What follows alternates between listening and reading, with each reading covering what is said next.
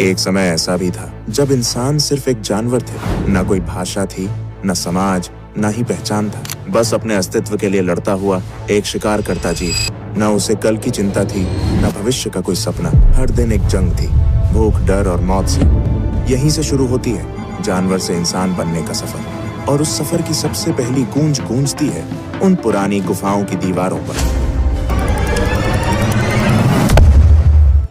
आज से अरबों साल पहले का वो समय जब धरती पर कोई इंसान, जानवर, पेड़ पौधे, यहाँ तक कि कोई भी जीवित प्राणी मौजूद नहीं था। सिर्फ एक उबलता हुआ आग का गोला जो सूरज से भी ज्यादा खतरनाक लग रहा था।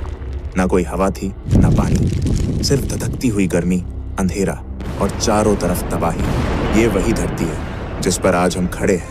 लेकिन तब इसका वातावरण इतना विषैला और गर्म था कि जीवन का कोई सवाल ही नहीं उठता था। धीरे धीरे लाखों साल बीत गए। धरती ठंडी होने लगी, ज्वालामुखी शांत होने लगे और धरती का पहला समुद्र बना। इन समुद्र में विभिन्न रासायनिक पदार्थ एक दूसरे के संपर्क में आने लगे और एक अद्भुत प्रक्रिया की शुरुआत हुई, जीवन की प्रक्रिया। पहल सूक्ष्म जीव बने जिन्हें हम प्रोकैरियोटिक कोशिकाएं कहते हैं। ये इतने छोटे थे कि उन्हें देखने के लिए माइक्रोस्कोप की भी जरूरत पड़ती। ये प्राणी ही जीवन की पहली कड़ी थे। कोई हाथ पैर नहीं, कोई दिमाग नहीं, बस एक सरल कोशिका जो जीवन के पहिए को घुमा रही थी। धीरे धीरे प्रोकैरियोटिक जीवों ने खुद को विकसित किया और यूकैरियोटिक जीव अस्तित्व में आए। अब जीवन सिर्फ एक कोशिका तक सीमित नहीं था, बल्कि कई कोशिकाएं मिलकर एक शरीर का निर्माण करने लगी थी। फिर समय के साथ धरती का वातावरण बदलता गया। पृथ्वी में ऑक्सीजन की मात्रा बढ़ने लगी और समुद्र जीवों से भरने लगे। फिर आया एक ऐसा समय जिसने जीवन की दिशा ही बदल दी। इस दौरान हजारों नई प्रजातियां एक साथ विकसित हुईं। जटिल जीव जैसे मछलियां, कीड़े, जेलीफिश और कई अनोखे समुद्री जीवों का आगमन हुआ। रीढ़ वाले जीव पहली बार दिखने लगे। जीवन तेजी से विकसित होने लगा और फिर कुछ जीव पानी से बाहर निकलकर धरती पर भी अपने पैर जमाने लगे। कुछ मछलियां विकसित होकर उभयचर यानी एम्फिबियंस बन गईं, जिन्हें पहले पानी और फिर धीरे धीरे जमीन पर रहने की ताकत मिली। फिर आए सरीसृप यानी रेप्टाइल्स। ये वो जीव थे जिन्होंने धरती पर राज करने की शुरुआत की। इन सभी के बीच धीरे धीरे विकसित हुआ एक ऐसा समूह जिसने आगे चलकर पृथ्वी के सबसे बड़े साम्राज्य को जन्म दिया, डायनासोर। धरती का सबसे दिलचस्प दौर जब डायनासोर पूरी पृथ्वी में राज करते थे, जो लगभग 23 करोड़ साल पहले शुरू हुआ था। डायनासोरों की दुनिया सिर्फ एक जैसे विशाल जीवों की नहीं थी, बल्कि ये एक पूरी जैव विविधता से भरी दुनिया थी, जिसमें हर प्रकार का डायनासोर अपनी एक अलग पहचान और भूमिका निभाता था। कुछ डायनासोर शुद्ध रूप से शाकाहारी थे, जैसे ब्रैकियोसोरस, जो अपनी लंबी गर्दन से आसमान छूते पेड़ों की ऊंचाई तक पहुंच जाते और वहां के पत्तों को आराम से चबाते थे। इनके विशाल शरीर और शांत स्वभाव के बावजूद इनके चारों ओर हमेशा सतर्कता बनी रहती थी, क्योंकि शिकारी हर कोने में छिपे होते थे। वहीं ट्राइसेराटॉप्स जैसे डायनासोर अपने बड़े और मजबूत सींगों के साथ नजर आते थे, शांत स्वभाव वाले, मगर जरूरत पड़ने पर अपने दुश्मनों से टकरा जाने वाले योद्धा। दूसरी ओर मांसाहारी डायनासोरों की दुनिया कहीं ज्यादा खौफनाक थी। टायरेनोसोरस रेक्स को कौन नहीं जानता, विशालकाय जबड़े, नुकीले दांत और राक्षसी ताकत, जिसने इसे अपने समय का सबसे खतरनाक शिकारी बना दिया था। पर इससे कम खतरनाक नहीं थे वेलोसिरैप्टर्स, जो आकार में भले ही छोटे थे, मगर चालाकी, तेजी और टीम वर्क से अपने शिकार को चौंका देते थे। लेकिन डायनासोरों की कहानी सिर्फ धरती तक सीमित नहीं थी।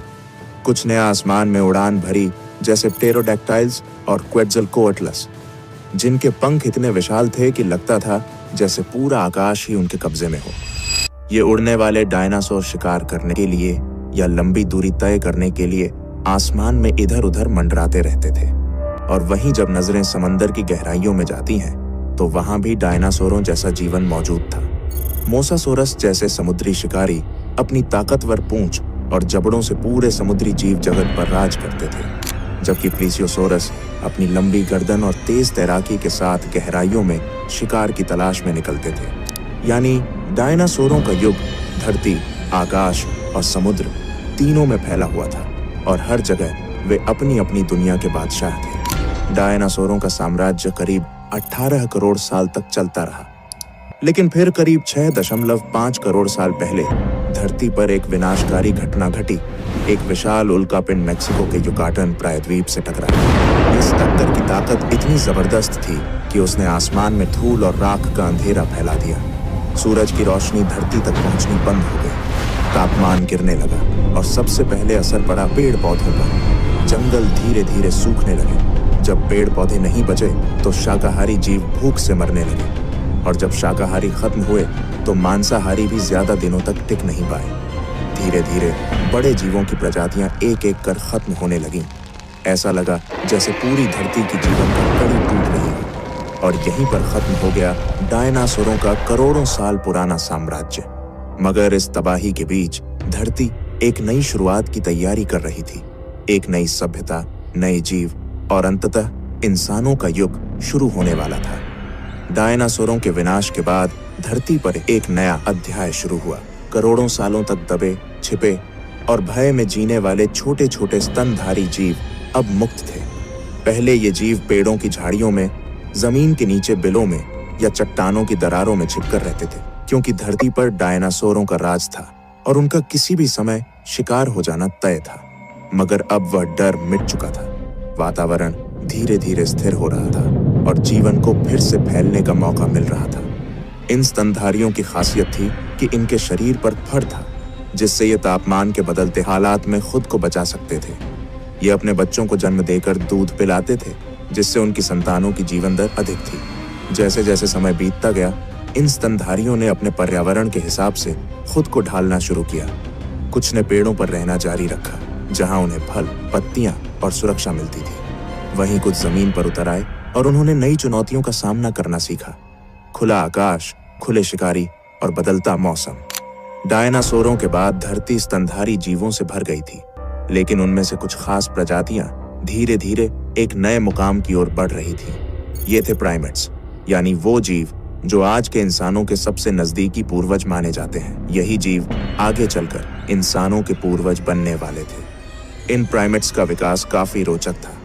उन्होंने पेड़ों पर चढ़ना, शाखाओं पर छलांग लगाना और तेजी से भागना सीखा। धीरे धीरे उनके अंगों में बदलाव आने लगा। उनकी उंगलियां लचीली होने लगीं ताकि वे शाखाओं को मजबूती से पकड़ सकें। उनके हाथ अब सिर्फ पकड़ने के लिए नहीं, बल्कि चीजों को घुमा फिराकर समझने और उपयोग करने के लिए बनने लगे। सबसे महत्वपूर्ण बदलावों में से एक था आंखों की स्थिति। अब उनकी आंखें सिर के सामने की ओर आ गईं, जिससे उन्हें गहराई और दूरी का बेहतर अनुमान होने लगा। यह बदलाव उन्हें पेड़ों पर छलांग लगाने और शिकारियों से बचने में बेहद मददगार साबित हुआ। समय के साथ प्राइमेट्स का दिमाग भी विकसित होने लगा। वे अब छोटे समूहों में रहने लगे, मिलजुल कर भोजन ढूंढते और एक दूसरे को खतरे से सावधान करते। सामाजिक जीवन की शुरुआत यहीं से हुई। समूहों में रहना और एक दूसरे से संकेतों के जरिए संवाद करना। सामाजिक जीवन की शुरुआत यहीं से हुई।